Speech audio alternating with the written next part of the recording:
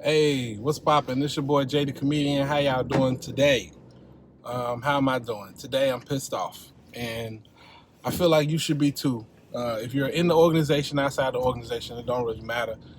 Everybody should be uniform in their anger. You know, that's kind of meaning. This is the point of the video where I usually tell people to hit the like button, leave a comment so the YouTube algorithm can show it to as many people as possible. And I'm still gonna say that. But I really need y'all to do that. Like, I really need y'all to show this video to as many people as possible. And just the world needs to know this message. The world needs to hear it. And I hope that you guys, whoever's out there, is willing to take a second and make a video like the one I'm about to make right now. And if you're a friend of the community, you need to share these videos and make sure that the world sees them. Now, with that said, yesterday or the day before yesterday, I forgot. I made a video talking about a 15-year-old girl in the UK who was battling in court to make sure that she was able to die. Okay? She was battling because she suffers from sickle cell, and one of the things that sickle cell does is attack the blood, and it causes people to have strokes and die. And without a blood transfusion, there's a very good possibility that she will have a stroke and die. And she was in court with the backing of the Watchtower Bible and Tract Society, helping her and trying to get her to succeed in killing herself. That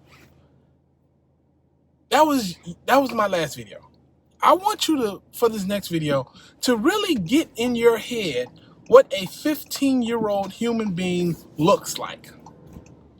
Now, I don't know if you know anybody who's 15, or if you've seen somebody who's 15. I'm sure you have. But just get that human being in your head, a 15-year-old child. Get that image into your head, okay? Because we have another case of a 15-year-old girl. Now, this 15-year-old girl was bullied and assaulted by an 18-year-old man in her congregation. He assaulted her 3 times. Now, the third time, or one of the times he did it, he secretly recorded it. Now, full stop right there. This person is a terrible human being. A horrible, terrible person. Just right there. Who does that? What guy would record any female without letting them know that it's being recorded?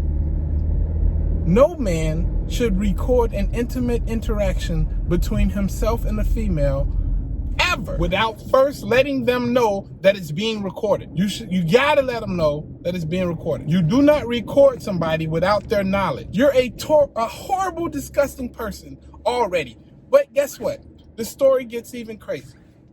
It gets worse. Now, this young girl didn't enjoy being attacked, so she reached out to her congregation elders. And apparently, they opened a judicial committee in regards to her case.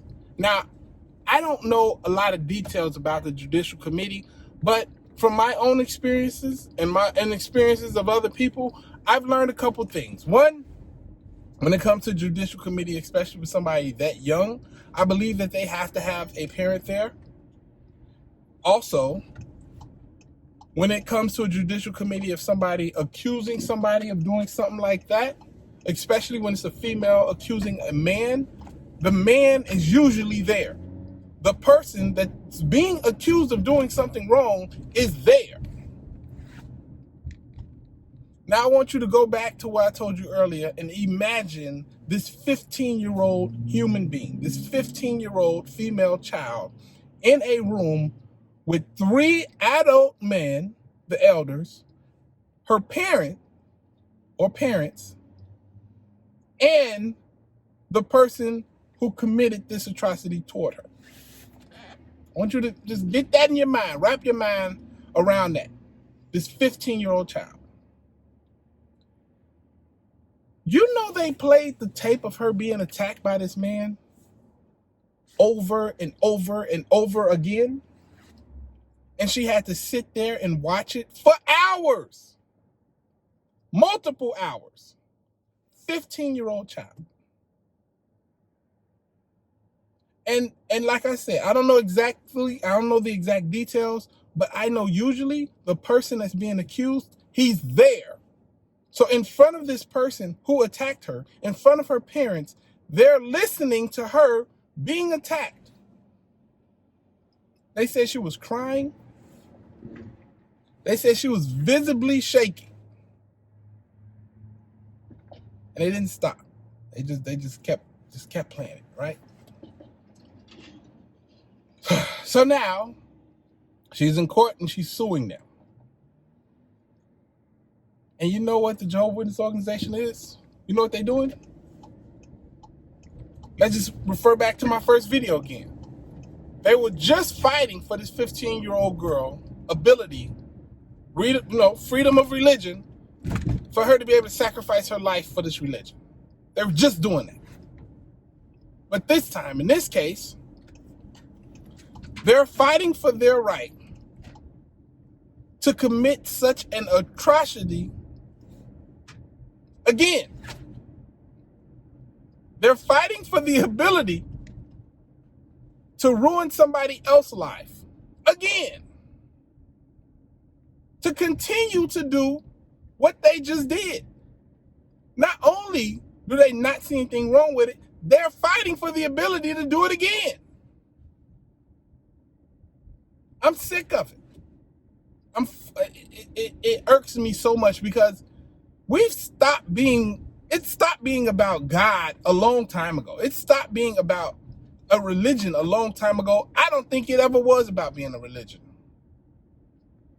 I think that they're a business that figured out that they can have slaves and they can commit all sorts of human rights violations as long as they say they're a religion.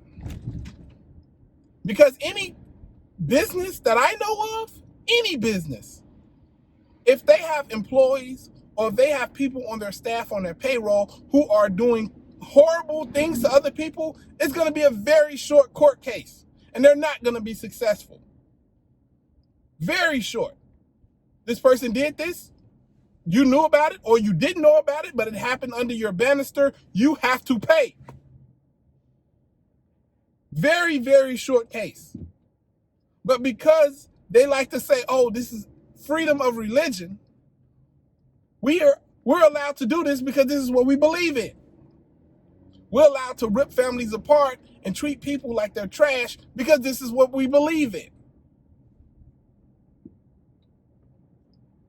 People don't believe in things like that. Not real people. Businesses and corporations do. Greedy businesses and corporations believe in that type of stuff.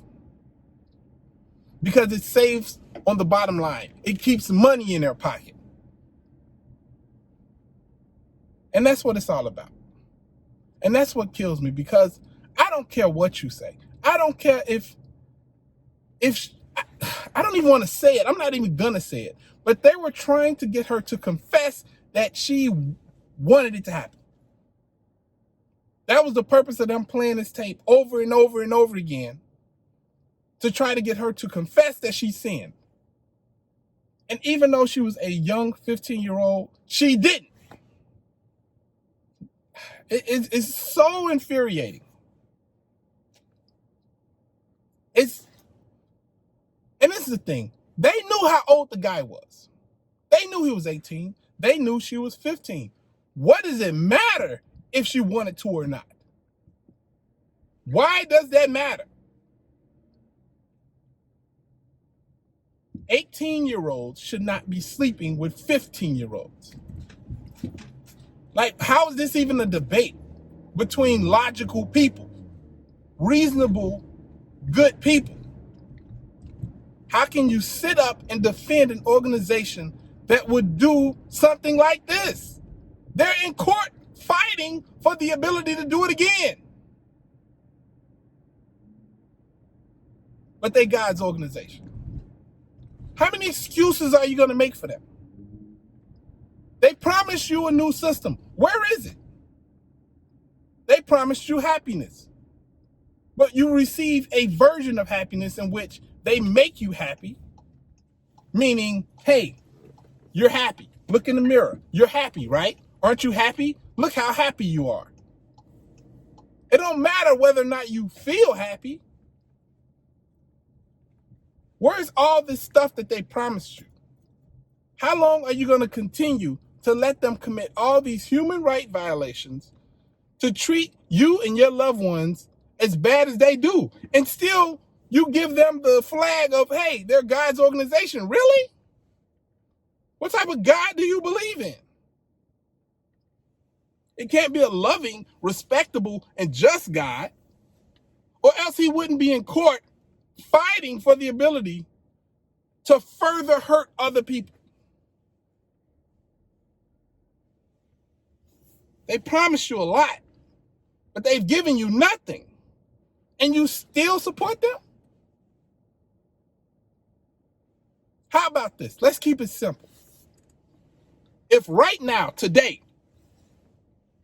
they were to say, hey, anybody who's disfellowship or anybody who left the organization, you're allowed to leave freely, and anybody who does leave, you're allowed to associate with them as much as you like to.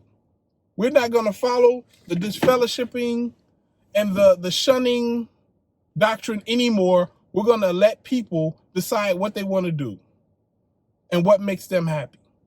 If it's inside the organization, so well be it. If it's outside of the organization, so well be it. Can you tell me what would go through the Jehovah Witness organization? Would it be something where people are like, no, they're letting evil people back in the organization, or they're letting us allow, would it be unhappiness and just hatred going around the organization? Or would it be euphoria? Would it be a bunch of happy people reunited with family that they've cut off for decades?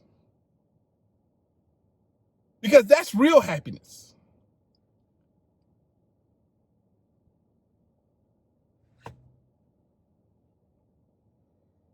And if you really want to be happy, you gotta go for it yourself. You can't rely on this organization to really be there and do what's right.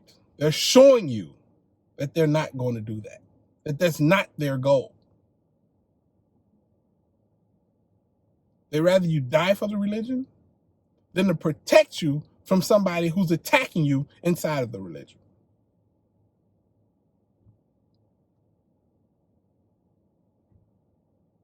I know I'm not the only one that's mad about this. I'm not. And if you are upset, and if you have the ability to speak out on it, in whatever way, form, or fashion you feel you should, you should. I hope y'all have a great day. Holla Chiguala. Deuces.